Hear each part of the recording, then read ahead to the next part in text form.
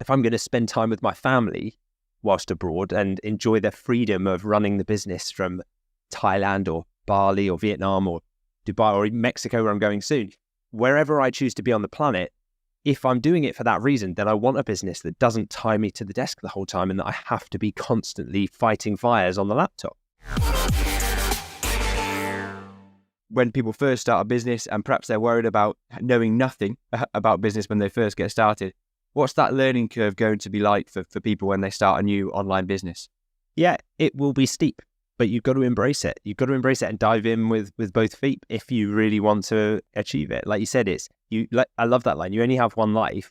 Don't spend it worrying about what other people will think and why they say you can't do what you want to do. Just go out there and do it. And then later they'll be asking you how you did it. That's the conversation you want to be having. Lead with your actions, right? And tell them your results once you've achieved it. Don't tell them your ideas and that one day you're going to do this and then you don't. People, I think, conflate ideas and then take little action and wonder why they're stuck in the same pattern. So yeah, I love that. And I mean, yeah, one of the things that I had no idea about was like, if we dive specifically into e-commerce, the platform that we use to build the business is so Shopify, right? I probably mixed it up with Spotify when I first heard about it. I didn't really know what it was. And it wasn't until I watched a YouTube video and someone was like, oh, you can use this tool called Shopify. It's very drag and drop to build a website that then when you're selling it, customers won't know that it's a Shopify website. They'll just see it as a professional looking website. So it's not like eBay or Amazon where they're buying it through a platform. They're buying it on your own store, your own site. And I really had no idea. So I had very little experience with websites before I started. And I'd put together like a basic Wix website, I think, before, and one of my like early harebrained ideas that I had as an entrepreneur. And I'd played around a bit, but a lot earlier with like WordPress and very, very like early stages, but I've never built anything substantial or, that I was proud of, should we say.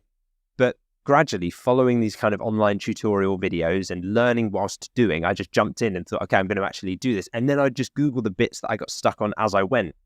Not the most efficient way to do it, but I took action. And eventually I joined a program and I hit the hurdles that they said I was going to hit, and I course corrected and I figured out what I was doing wrong whilst I did it. And before long, I was moving really quickly. I was able to build something that looked great. And I remember one evening on the way back from dinner with a friend, I showed my friend the website that I built on my phone and just said, look, this is my new business. I don't know if you're interested, but like, this is something that I've built. And he was amazed. And I think through his mind, it was like, which London design agency did you pay 50 grand to do that? And I was like, no, I did it for $29 and just did it myself over 3 nights of watching YouTube. And I think you could just see like their complete disconnect from like, how have you created something like that?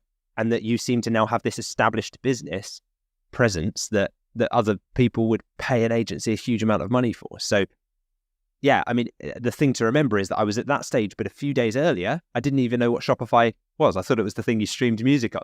So it's like if you're new to a video game, right, and you get a new game, sometimes you have to get used to the controls. If you've been playing GTA for ages and you're used to how it is to drive a car on GTA, and then suddenly someone gives you Gran Turismo or Forza Motorsport or something, and suddenly you're like, oh, wow, okay, it feels a bit different here. It takes a while for you to get used to it, doesn't it? But when you persist and you take the right approach and you keep course correcting, it's not long before it feels like second nature. And then you can't remember what it was like to not be comfortable with it. That's the thing. And so if you've ever been playing a game and you're struggling with a certain level or a certain mission and you keep doing it and you keep failing and thinking, why can't I get past this damn mission? Like it's just, it's really frustrating. And then you go online, you go on YouTube and you see a video of someone completing it in perfect time and like scoring the maximum points that you can on the level or the mission. And so then you just you don't need to figure it out yourself. You've skipped months of trial and error and you just model their approach and use them effectively as a mentor in that time frame to flatten the learning curve significantly. And so it's exactly the same with joining an e-commerce program or a business development program. When they show you how to run the type of business that you're considering running, you flatten that learning curve. So it's just another game, right? But it's one that you can earn real money in and change the rest of your life on, rather than just leveling up to the next level on a video game. And wouldn't you rather play a game with real life rewards instead of just leveling up on a video game? And I think if you look at it in the same way as you approach a video game, you don't expect to be amazing at a video game the first time you pick up the controller. So why would you expect to be able to do online business incredibly well on the first time that you try it as well? And you'll learn so much more from that startup of a business than you would from any sort of university degree could teach you about business. So we've mentioned a few times now, Lewis, that a business model that we really strongly believe in is a fantastic idea for beginners is e-commerce, and specifically selling high-ticket items. So why do you think high-ticket dropshipping is such a good route or an avenue for a new business owner to take? Well, first thing is the physical product side of things. So that, as we said, is not such a big jump into the online digital world. If this is one of your first ventures into entrepreneurship, it's something that you can just get your head around. But when it comes to high tickets and dropshipping, I mean, we've just moved house, right? So we're in a new house at the moment, and Becky's been leading the charge on finding us the right furniture for each of our rooms. So she's found us a nice sofa recently, which was quite a bit more expensive than I had expected, or that I've paid for a sofa in the past. And we've bought cheap sofas in the past, and they look great, but they're really uncomfortable, or they look really scruffy very quickly, and they start to look very dated and aged, right? So we opted for this higher end one, and it is awesome. It's really comfortable. It means that we'll use that room more because we like the furniture in there, and it will last. And especially, having young kids around, it's important to have a high quality thing that's going to last and stand the test of time, because they will tear it apart if they get their way.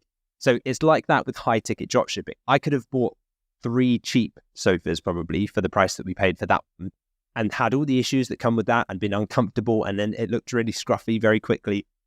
Or I could just buy one, and then I'm much better off for it. So unlike with low ticket items, high ticket dropshipping offers larger profit margins per sale. So by focusing on quality over quantity, I can sell far fewer items, but of much higher value. So if you think about that, when we go back to lifestyle design, if my goal is, $3,000, $4,000 a month in income to start with, just to replace my income, that means I can hit my target income level with far less admin, less emails, less orders, less hassle, less customers. It's just a much shorter route between A to B, isn't it? And so if I'm going to spend time with my family whilst abroad and enjoy the freedom of running the business from Thailand or Bali or Vietnam or Dubai or even Mexico, where I'm going soon, wherever I choose to be on the planet, if I'm doing it for that reason, then I want a business that doesn't tie me to the desk the whole time and that I have to be constantly fighting fires on the laptop. Because the purpose of the business all along was an enabler for me to spend time enjoying my lifestyle with my family. And so that's it. That's why we start with the end in mind. And you should always keep that front of mind whenever you're first starting. I think we go through a similar pattern whenever we start a new business, or it certainly was the case for me. And it's similar, I think, to how you started as well, Lewis. You get this sort of fire inside you, a desire to change something because your current job, the 9 to 5, isn't fulfilling you. So then you go online, you start to research what businesses can I start? And then you go through the process that you described earlier of getting overwhelmed with the different options. And then you start to come across dropshipping, as I did. When you look online for any online business model, it often pops up, and for good reason as well, because you can quickly get your head around it. And then if you look at the difference between low ticket dropshipping and high ticket dropshipping, the difference is huge, massive to the day-to-day running of a business. If you're selling low ticket items, so just £30 per product, per sale, your average order value is about £30. Think about how many hundreds of sales you need to make £10,000 a month. Whereas with high ticket dropshipping, because you're selling products that are over £1,000 per product, so it's over £300 in profit, there's a lot less requirement of sales, less than 1 per day, in order to get to £10,000 a month with a high ticket dropshipping site. Now, as a beginner, you might think it'd be easier to sell cheaper products, but actually, I found it's the exact same effort to sell a cheap product as it is to sell a high ticket product. But the profit is so much better, the reward's so much higher. And importantly, when you first get started, you're not going to be an expert marketer. To sell hundreds of products with a low ticket store, you need to have a good idea of marketing, and also you need to be a fantastic operator that's able to execute and fulfill those hundreds of orders that you're getting every month. Whereas with high ticket dropshipping, there's a lot less admin. You don't need to be so experienced with fulfilling orders because perhaps it's less than 1 per day. And you don't need to be as much of an expert on the marketing side of things, I'd say, because we're looking for less sales per month to be able to sell. And as long as you've got a training program in place to teach you the marketing efforts, I think that's a much better route to go down when you first get started. So that was the difference for me, Lewis, between high ticket and low ticket dropshipping. Can you resonate with that as well? Yeah, definitely is. It's actually easier at times to sell high ticket because the customers tend to be a little bit less fussy and usually just a more seamless, enjoyable experience to sell to them. And you can give them way better service as well because you only have a much smaller number of them. And so we've heard of members in our program giving out like handwritten notes requesting that if the customer had a nice experience to leave them a review on Trustpilot. Like you can't do that if you're getting thousands of orders per day. And so you certainly can't do it yourself.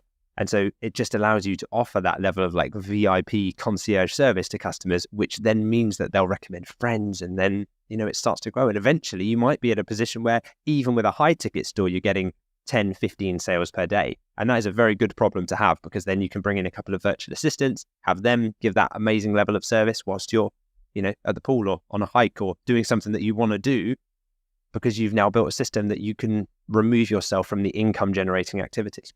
Exactly. So just catch yourself if you're falling into that sort of assumption that you need to sell low ticket items because you don't yet have experience and you can't sell a high ticket item. I went into that. I went down that route of selling through AliExpress and different dropshipping suppliers that are based on the other side of the world. And I failed drastically. So I learned from that and hopefully others won't make that same mistake. So for a beginner that wants to get started with high ticket dropshipping, where would you suggest that they start? Yeah, I think it's like anything, when we started out this podcast, for example, we'd never done it before, we still don't really know what we're doing, but we carry on. And, it seemed like there were a lot of other things to consider when we launched it. There were hundreds of reasons why if we'd gone to someone and said, we're going to launch a podcast, they'd have said, yeah, but, this won't work or that won't work, or you need a video editor or, all of this stuff that could go wrong, lots to remember, lots to consider, big commitment. It would have been very, very easy for us to just make excuses and never launch it. But I'm glad we did, because I really enjoy doing it. And I know you do too. And I think it brings a lot of value to a lot of people who are starting out their journey. But we broke it down. This big, unmanageable, overwhelming task, we broke down into step-by-step chunks. And so that way, with consistency and perseverance, over time, we created something that we're both really proud of. And yeah, if you're listening to this, we hope that this helps you and that it was worthwhile. And by the way, if you are listening to this and it does help you, please do leave us a review and let us know because that's why we do it. But yeah, take a leaf out of our book, the way we did the podcast. If you're looking to start with dropshipping, then think about some niche ideas that suit your interest and have potential. If you need help on how to pick a niche, then listen to episode 11 of the Dropship Unlocked podcast. So line up episode 11 after this, where we go through around the full process of picking a niche. And that's obviously just part of the process. But after that, you then want to become familiar with the platform that you're going to sell on. So we recommend Shopify as our platform. You can even get a free trial of that by heading to dropshipunlocked.com/Shopify and just learn by diving in. It literally doesn't cost you anything for the free trial. So dive in, head over to the link that we'll link in the show notes and just learn and see where you get stuck. And you could learn it over a weekend, like I said. And we've also got lots of training on this as well that takes you through hours of step-by-step tutorials on exactly how to make your Shopify website look extremely professional to suppliers and customers. So we've obviously got those options as well, if that's something that you'd prefer.